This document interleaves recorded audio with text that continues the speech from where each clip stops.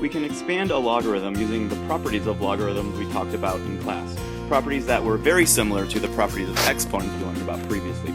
So let's take a look at a few examples, and you may want to skip towards the end if you want to see the more difficult examples, or watch them all the way through. So our first example, basically when we want to expand a logarithm, we want to take a single logarithm and write it out as long as we can. We want to write the biggest logarithm we possibly can. So the thoughts that are kind of running through my head when I do these is I look at this and I see two pieces here. I don't want to call those terms because terms have a special meaning in math, but I have two pieces. And so that tells me I'm going to write the word log twice on my paper for this. The base will never change, so that log base 2 will remain a log base 2. So I'm going to start with the log base 2 of 6, and then because these two pieces were being multiplied, our property says we can split multiplication into an addition problem. So I can expand this using addition. Notice log base 2 doesn't change, that remains the same. This piece will be y to the 4th power. So those two pieces that were being multiplied split into an addition problem. Now there's one more thing I can do to kind of expand this just a little bit more. And that's to take any exponent you have and swing them into the front of that logarithm as a multiplier. This was another property we talked about in class. So my final expansion will be log base 2 of 6 plus 4 times log base 2 of y. And there's my expanded logarithm. If we move along to the right, we can see a problem that involves division this time. Once again, I see two pieces, so I know I'm going to write the word log twice for my expanded answer. So once again, the log base won't change, so log base 5 will stay the same. I'm going to start with log base 5 of a. Our division problem can always split into a subtraction problem using our log properties. So I'm going to subtract log base 5 of b to the 4th. And once again, just like our previous example, any exponents that we're left with, we can take and swing into the front of that logarithm and use that and make that a multiplier. So I'm just going to be lazy this time and write it like that. So log base 5 of a minus 4 log base 5 of b.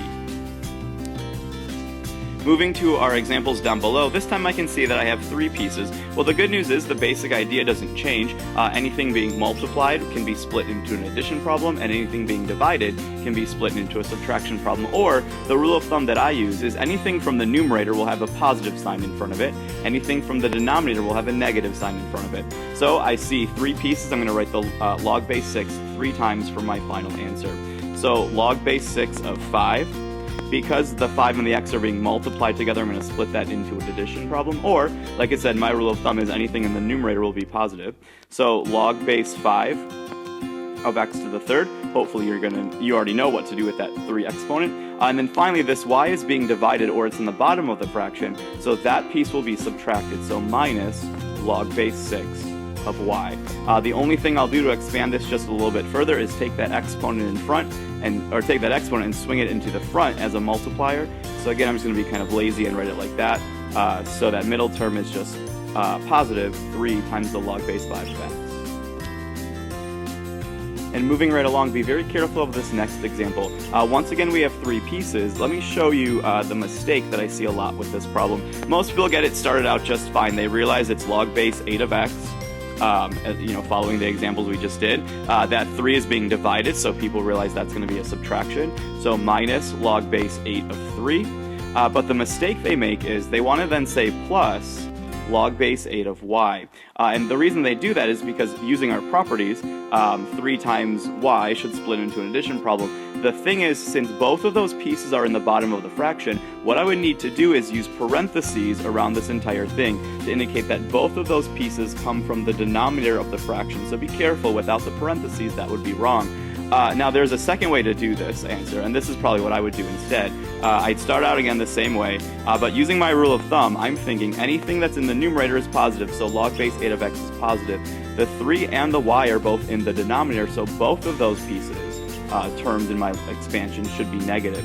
So minus log base 8 of 3, and then minus log base 8 of y. Now that's what I would give as the answer. Either one's okay, and if you think about why both work, imagine if you just had this problem without, all the logarithms to make it complicated. I could distribute that negative sign, and both of those are going to become negative, which is the answer I have down here. Alright, and then one final expansion we'll take a look at. This square root problem always gives people a little bit of problems at first, but there's a simple trick to it. Rather than leave this problem as a square root, what I want to do is rewrite it as an exponent. Recall from the last chapter that we can replace a square root with an exponent of 1/2. And notice I included the entire thing in parentheses raised to the 1/2 because both of those, x and y, both of those I was doing the square root of. If we had a cube root, we'd raise it to the 1/3 power and so on, okay? So from here, there's a few things that we can do. What a lot of people like to do is just take that 1/2 and swing it into the front of this entire thing. What I want to be careful of is when I expand this, I want to make sure that I realize that both of these, the x and the y, were both raised to the 1/2 power. So I'd split this into log base 9 of x and then log base 9 of y. Just like we always would split a multiplication problem into addition. Once again, though, there's another way to write the answer. Some people, rather than do this, they want to distribute their exponent right away. So they may say, as their original problem, log base 9 of x to the 1/2, and then y to the 1/2, and then from there expand it.